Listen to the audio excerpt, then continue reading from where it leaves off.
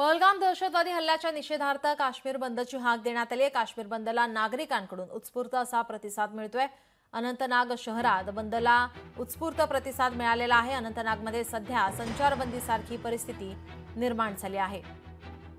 या हल्ल्याच्या निषेधार्थ आता बंदची हाक देण्यात आलेली आहे। या बंदला अनंतनाग शहरामध्ये उत्स्फूर्त प्रतिसाद, संचारबंदीसारखी सध्या परिस्थिती निर्माण झाली आहे।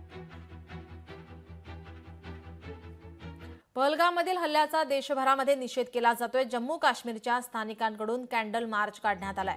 पहलगाम दहशतवादी हल्ल्याचा संपूर्ण देशभरामध्ये निषेध व्यक्त केला जातोय, संताप व्यक्त केला जातोय।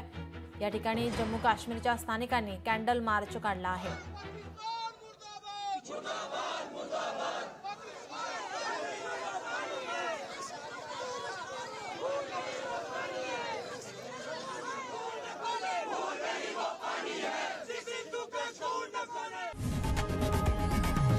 लोकशाही मराठी ऐका, पहा, जागरूक रहा।